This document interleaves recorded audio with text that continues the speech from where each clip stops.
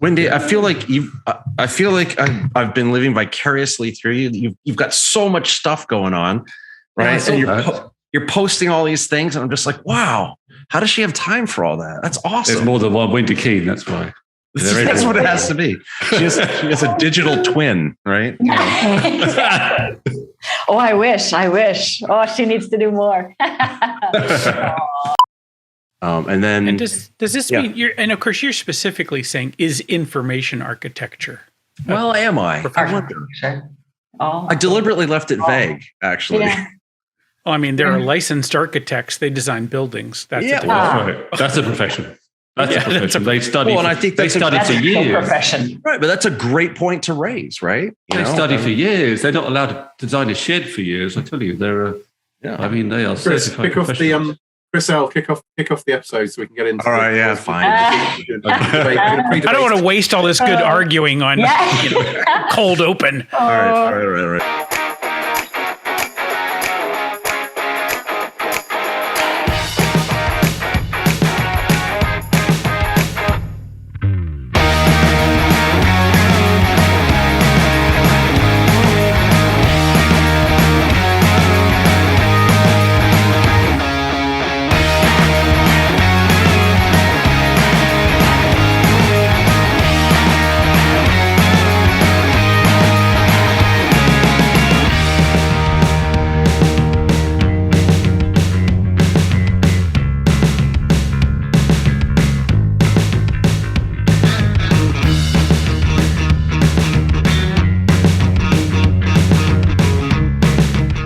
Hi, welcome to another episode of Consultants Saying Things. I am Chris Lockhart, joined today by Wendy Keane, Oliver Kronk-Filyanoff, and Chris Potts. We are continuing a conversation that we started, I think, Oliver, with you on Architect Tomorrow, right? And then we continued it in sort of a mashup style. We continued it with Paul Price on the Argument podcast.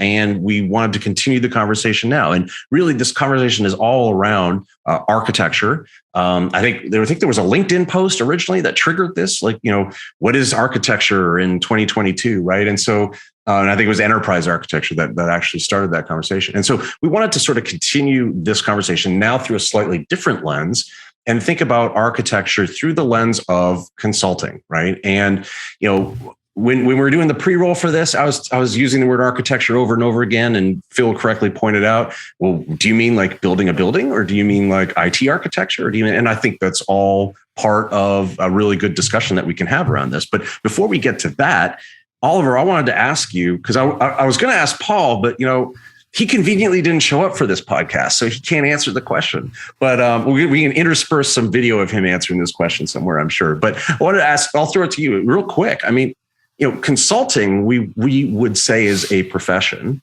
right? And all the different types of consulting, we've talked about them before. Is architecture a profession in a similar way? What do you think? My quick response to this is it should be, because we can talk about building architecture, but you can see other professionalized architects in the building world, and I think previous videos we've talked about this with Paul, haven't we? And I think where we get to is we're still arguing over definitions and methodologies and approaches, and therefore we haven't quite formalized enough to have a profession that everyone can get behind. And I think Paul has often talked about the challenges of us being a global. If you look at business technology architecture as a global profession, creates even more unique challenges, because at least building architects tend to have to just operate within their geographical kind of government rules. The nature of technology is it's global, and that creates even more stakeholders and more arguments. So I personally hope eventually we will get to that point. I think we need to get to that point. I think Paul argues very strongly when he talks about this that we need to get to that point. But I think we're still in this phase where we're still discussing and debating quite how we can align enough to get there. When you're saying that, do you mean enterprise architecture, technology architecture, solution architect? I mean, which pieces of this you're talking about? Or is this an umbrella for everything that's not, building a doghouse? Your question kind of is almost the reason why we need to professionalize it, right? Because there is this confusion. And I think we touched on this in the first episode even, didn't we? The different types of roles. I think if you're within the architecture circle, most people like to proudly think they know. I've been accused of this as well, like thinking I know exactly where enterprise architect starts and finishes and solution architect starts and finishes. The problem is we still haven't even agreed what these different sort of pieces and components are. We all agree that we need good architecture for our organizations to function well and to go through change programs and innovate and be successful and sustainably successful organizations. But what we seem to struggle on is what is the kind of what are the kind of roles, the definitions, the different pieces. And I think we've discussed and debated before, does it even matter? So long as we get the organization where it needs to go, different people can wear different hats and get the organization where it needs to be. I think the important thing is that we recognize the value of architecture and work towards standardizing it and professionalizing it, because it is so important. I mean, it's not just like a marketing website anymore that IT is responsible for or technology is responsible for.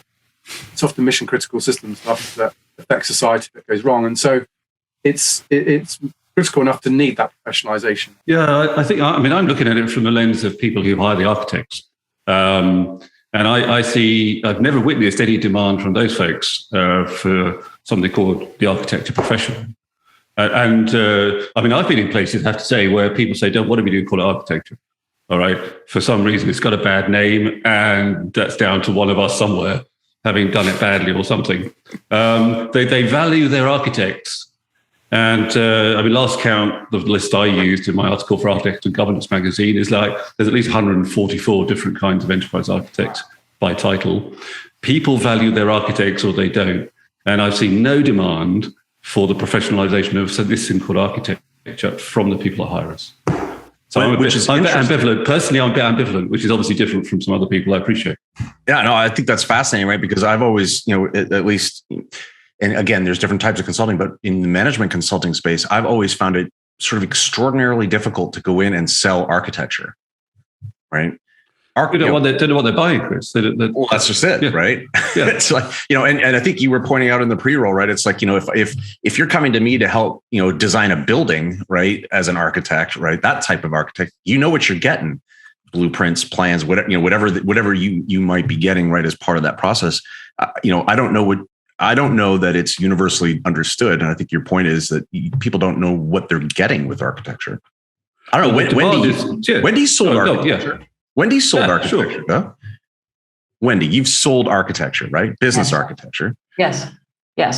So part of the challenge is just that we have a mindset that blueprints and coordinated thinking makes sense for physical structures, but we don't necessarily translate it over to organizational structures and making decisions about what we do and how we make change and how we prioritize change. So that a little bit is, to Chris, to your point about why it's hard to sell.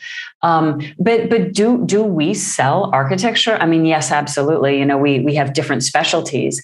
I focus on establishing business architecture practices and helping organizations leverage architecture as they do transformation and strategy execution and things like that.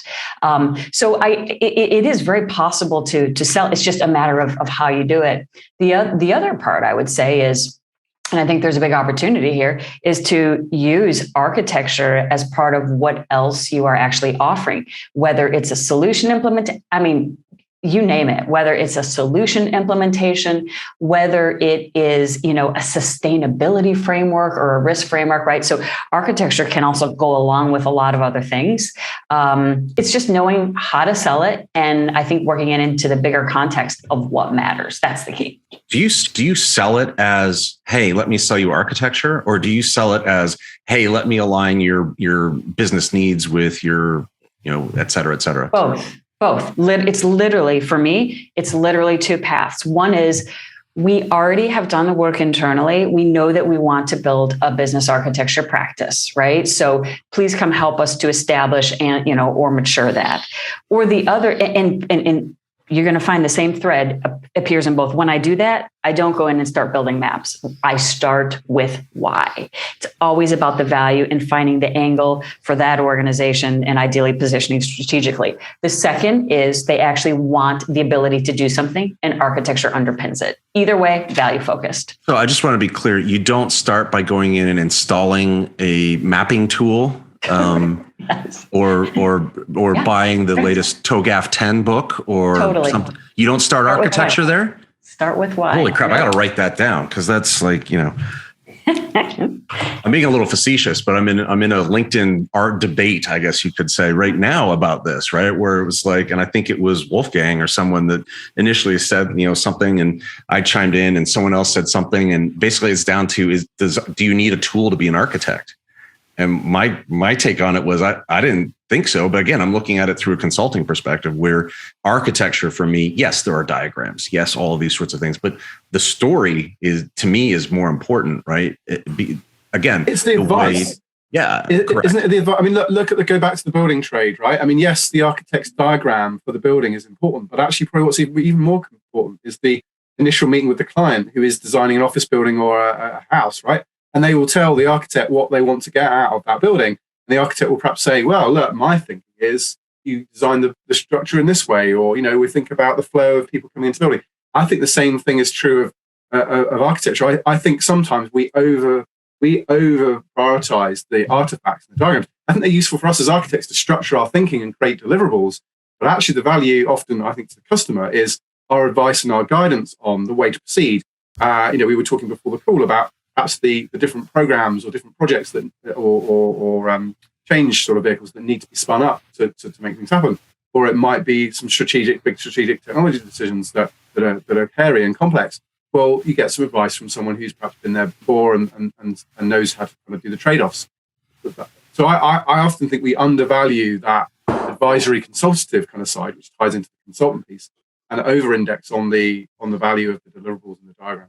I mean, if you're pitching, Hudson Yards on the west side of Manhattan, you don't start with the floor plan and the plumbing design, right? You start with a vision of a drawing of an idea. We're going to take this unused piece of land and we're going to make a sustainable whatever, right? And we're going to do this. And look, here's some sketches. And this is you're selling a vision. You're selling emotion, right? You're selling. I could do a yes, but here. Actually, I think I got a yes, but. Yes, and okay.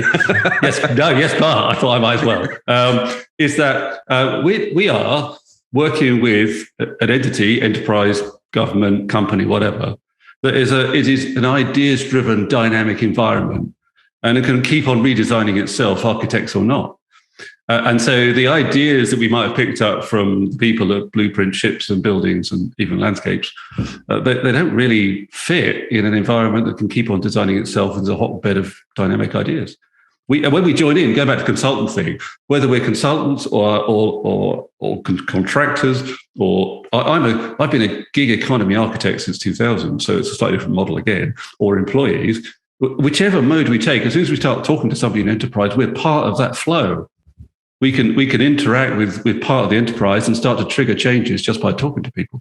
So I think the whole idea of sort of freezing it in a blueprint we can do as long as it allows for all that dynamic to happen. Thought I'd say that. Oh, I love it. I was just sitting here trying to wonder, did the internet exist in 2000 when you were, I'm just kidding. Nearly, just about. Well, so then, all right. So, okay. So all right, consulting someone, and we keep using the building, physical architecture example is, if I'm consulting on something, I believe helping to sell initially a vision, an emotion, a connection with something. And then, yes, absolutely. There are, and here's what the 10th floor will look like, and, et cetera, or here's how SAP will be installed or whatever it may be. Right. And so I get that. The question, I guess, now that I'm wondering is it different if you are an enterprise architect working for, who should we pick on today? KPMG, right? You're an enterprise architect working for KPMG in the strategy group, and you're on a digital transformation or whatever, and you're the architect. Is it different if you're that person or versus like an architect within a company, right? Yes. How is it different? Does it? I don't know. Anybody? Anybody? I'll just We'll all start talking at the same time. I've got views, but I'm happy to let Chris go first. Me again. Okay. I mean, in the broad scope of what we do, we plan, we design, we oversee developments. We're architects. That's what we do.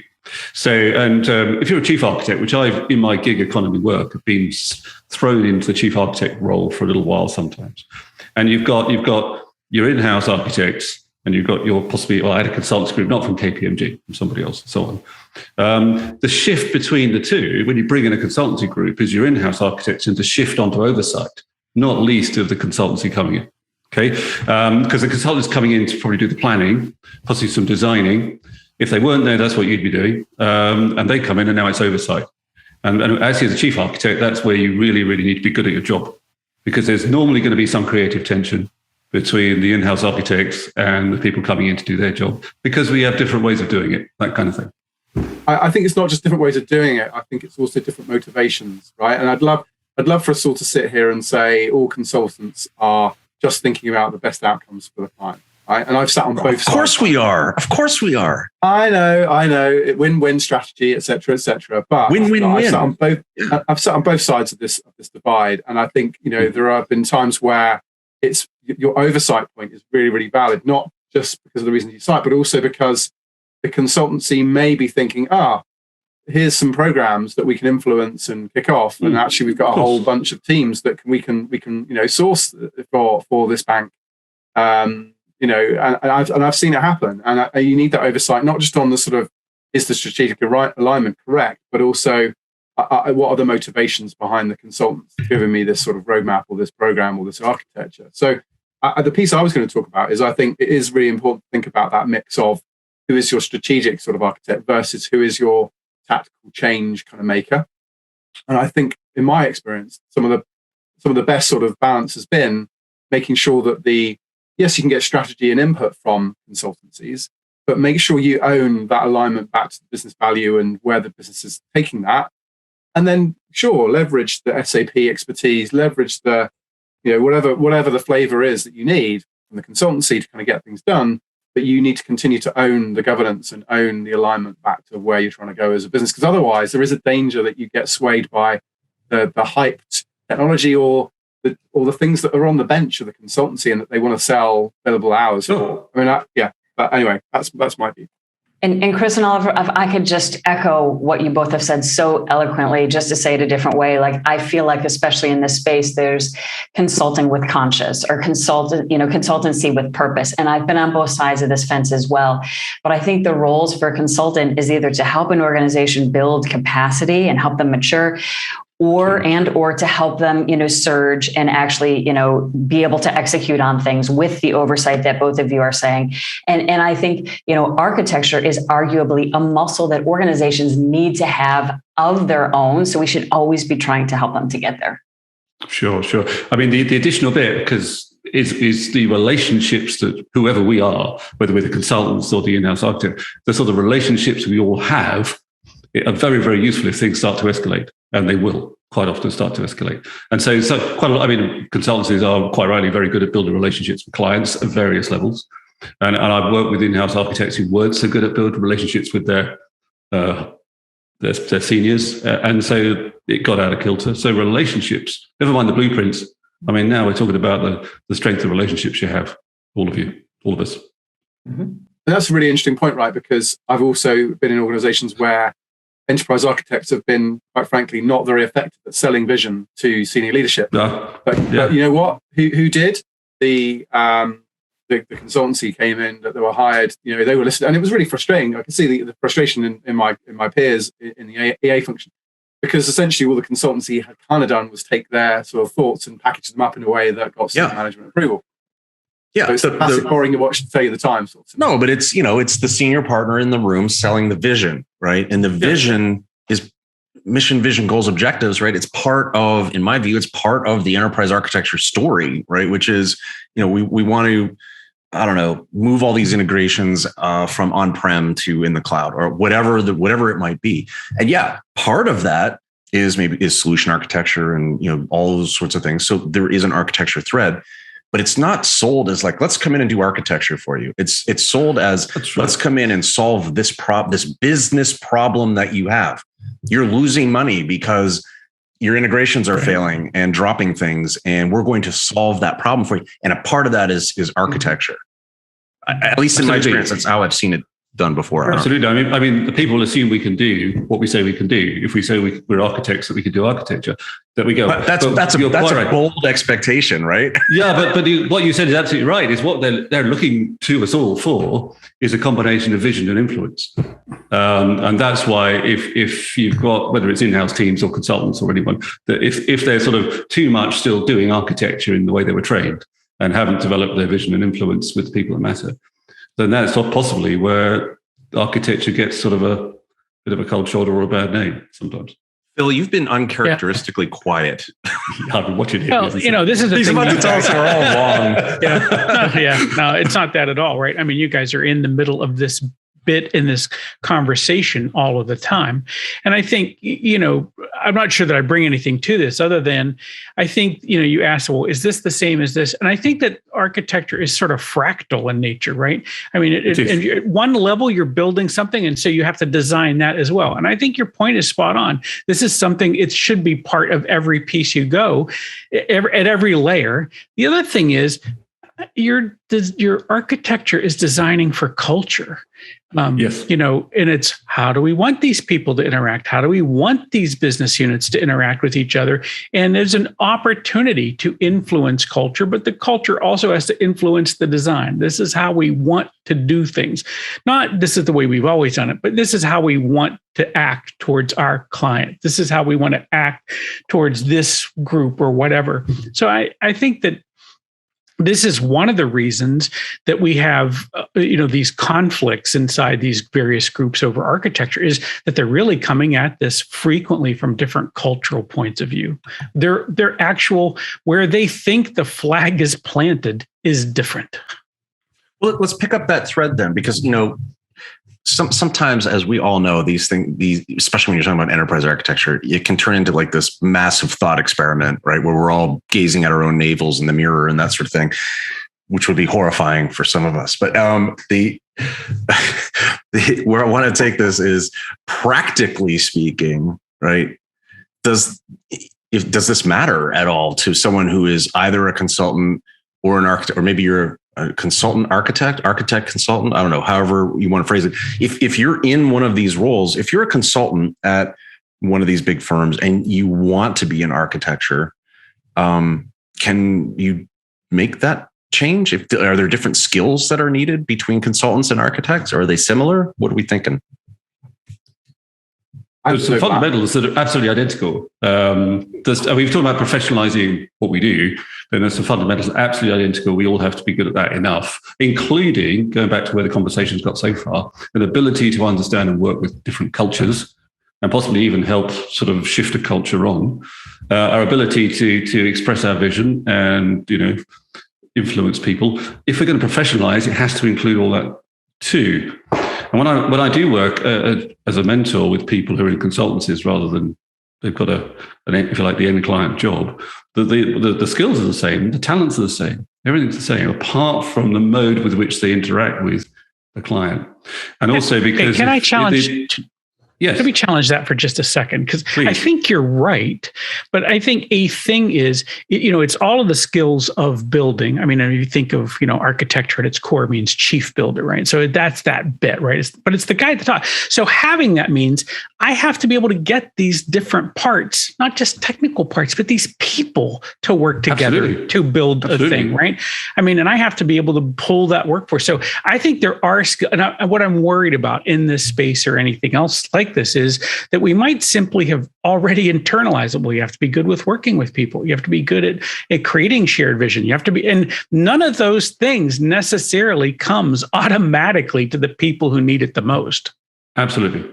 I mean, I had to be taught facilitation back in the 90s. I had 2 facilitation courses and they opened my eyes completely. They were actually more valuable to me all the way through than the technical architecture course I had at the beginning.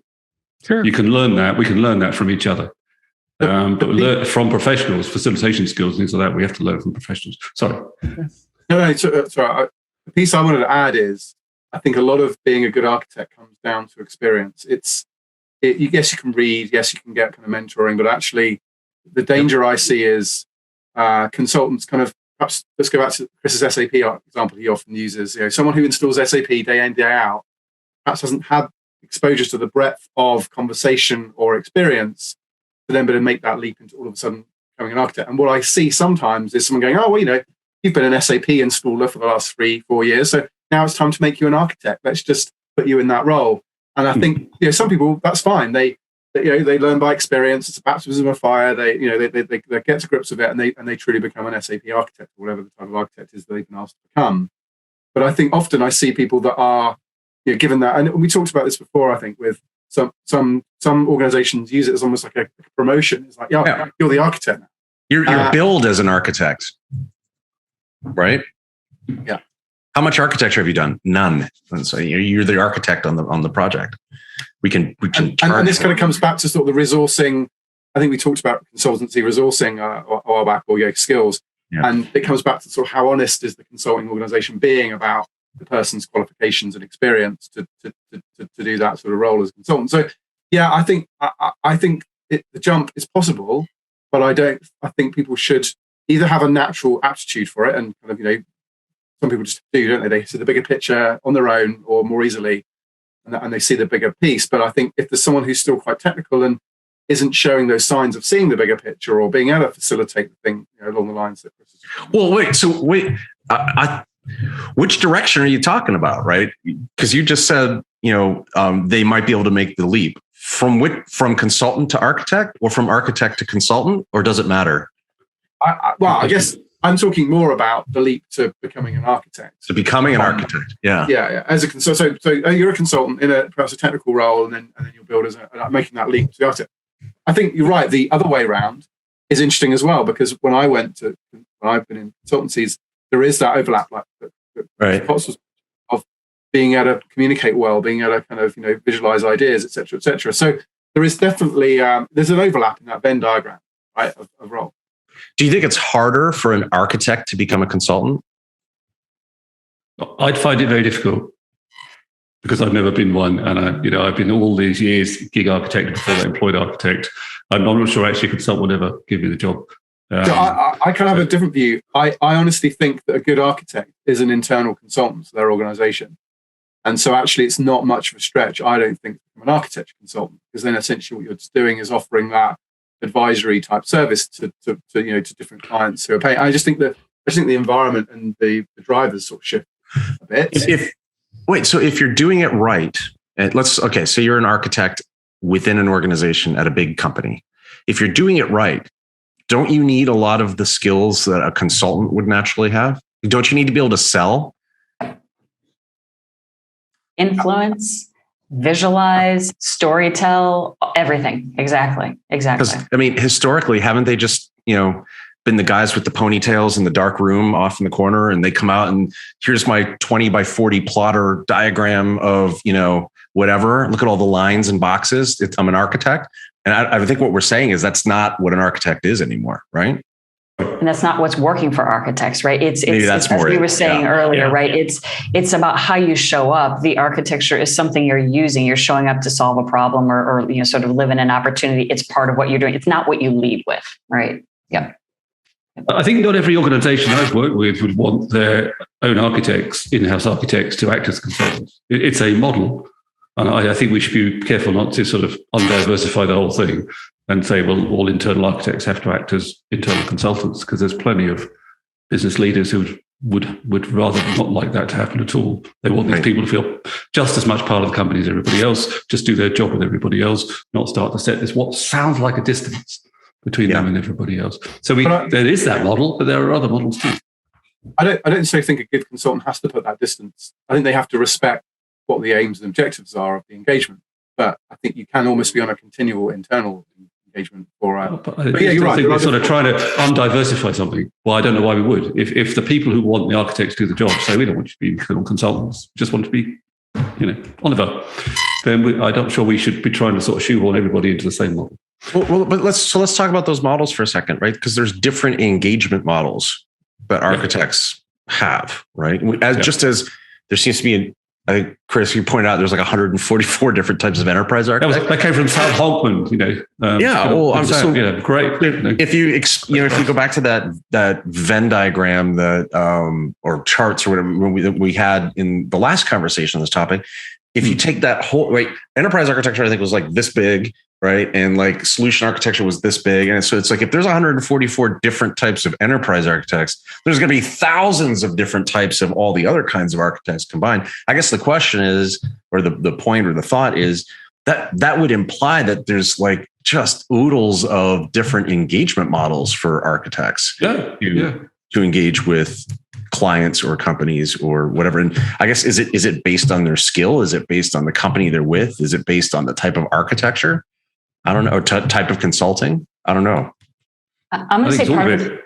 Yeah, it's all of it. I agree. And just, I think it's somewhat dependent on the type of architecture. From the perspective of, from the business architecture side, it's very consultative. That doesn't mean that there isn't in a large practice some people that are focused on maps or, doing some, like, create diverse teams, leverage everybody's talents, but it's much more consultative. So I think to Chris's point too, like, there's a spectrum here across a lot of different aspects. Yeah, absolutely.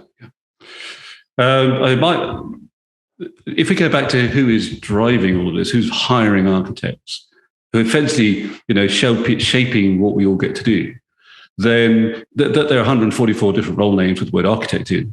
And in my mentoring practice, about only half the people I mentor in the work have architect in their role title. So that's a sort of something there. Is that they're looking for specialization. In some ways, I said it last time we spoke, the word enterprise is so broad. I mean, it's far too broad. And even when you get down to the word business, that's still fairly broad and so on. So what happens, I think, is people say, well, we've got this particular challenge we're facing, and we need an architect for that. Can you do it? And if they're employee, they get the job title. So I think we're looking at people hiring architects who want specialization. Would you say a specialization like PowerPoint architect might be? Could be. I mean, I don't know. It's Sam's list. I didn't check that one, but there's some interesting ones on Sam's list. Oliver, care to weigh in? I think Chris is trying to trigger me on that one. Okay. All right. So I think. Well, someone correct me if I'm wrong, but I think we've established that architecture, if it isn't a well-defined profession, ought to be, right? It should be. And the reasons for that is because of there are a variety of reasons. We didn't really get into a lot of them in this segment, but we've talked about it before, right? The impact and the influence that they can have on organizations in the designing and building of things. And I guess the remaining question would be, if you're one of these people that is like, I am an architect and I want to be a consultant outside of my company, what might you need to learn or do? And maybe the opposite is true also. I'm in the IT group of Price Waterhouse and I'm an architect and I really want to get into more of the consulting part of that, right? What do I need to do? And I guess there's maybe different skills required to go in either direction.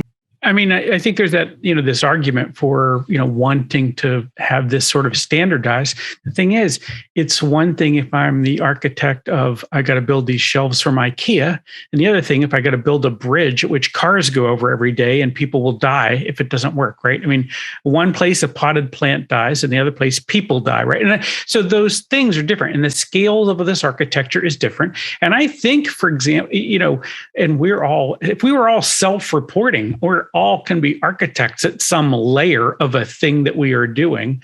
And, we have to figure out what we're going to do with that bit. The problem is some of you have such great views into large organizations trying to do important and difficult things that they understand what it happens with break. And this is why people want this standardized. They know what happens when it breaks, when someone missed a requirement or someone didn't, put this in the way that it needs to go. So I think that is what I understand. But if you are in this space, I think figuring out how to be the chief builder of whatever it is you're working on is probably a good salary move. If we think about these buckets of skills, right? There's the architecture stuff. There's a set of cognitive stuff, and then there's a set of human stuff like influence and storytelling, that good stuff. Absolutely, yeah. So it's almost like depending on which side you're on. If you are working as an architect in an organization and you want to step out as a consultant, you need to get really good at the influence and the dynamism and really working with people, let alone the dynamics of just working in consulting and it's maybe not your decision, right? And you're influencing others. If you are in consulting, you got the cognitive and you got the, the human stuff. Now you just need to really step into the architecture and add that layer on top of it with, the appropriate architectural thinking and appropriate frameworks and practicality around them. My thoughts. That's great. Ronki, what are you thinking? Wendy's just summed it up brilliantly, so it's really hard for me to kind of add on top of that. But I think to summarize what we were talking about before, I think the professionalization and sort of, there's some emerging frameworks for skills and things like that. And I think if anyone's sort of thinking, where do I measure up? A good place to go is BCS, British Computer Society, has a skills for the information age framework that you can use to kind of assess yourself on things like, business analytics skills or architecture or, development or project management. I think those sorts of things are quite helpful for you to kind of almost self-assess, where am I today and where are my gaps, and given where I want to go, what of these things do I want to develop? But yeah, no, I echo what others have said. Really, it's kind of about looking at where you are now and where are your gaps and what do you need to do in order to get where you want to go. Well, I'm actually going to go back to Paul actually, because he's made some quite pointed observations, and they're valuable observations about, and we touched on it in this conversation, about people who are hiring architects or applying job names to architects. And I'm not about to do anything I think would put anybody's livelihood at risk. So what I'm talking about now is sort of some time for the future. So therefore, we must equip the people hiring architects with the ability, whether they're hiring consultants or contractors or gig economy architects or in-house architects, to know a good architect when they see one. Just generally, and then whether the architect can actually do the job they're going to offer them. So rather than try and professionalize it from the perspective of the architecture bunch, the idea is to try and professionalize it, if we could, from the people hiring us that way around. Then that would be, I think, effective. Yeah, really interesting stuff. I think a good consultant is somewhat of an architect in a lot of different ways, whether they're architecting a story or they're architecting. I didn't actually answer the question about consultants, but because it's not an area I know. So, I do mentor consultants, and I've been one, so I'm not going to try too hard to know what that's like. And then I think, to Wendy's point, if you're doing consulting right, or if you're doing architecture right, you've got a bit of consulting in you as well, right? The ability to influence and stuff. So listen, guys, I appreciate the conversation. We missed Paul Price. We talked about him. Maybe we should have like a picture. Did you notice I was him for a bit there? Right. Or we should get like a Zoom filter with he just pops up out of the corner of the screen and then goes back down. But no, I appreciate all the thoughts on this.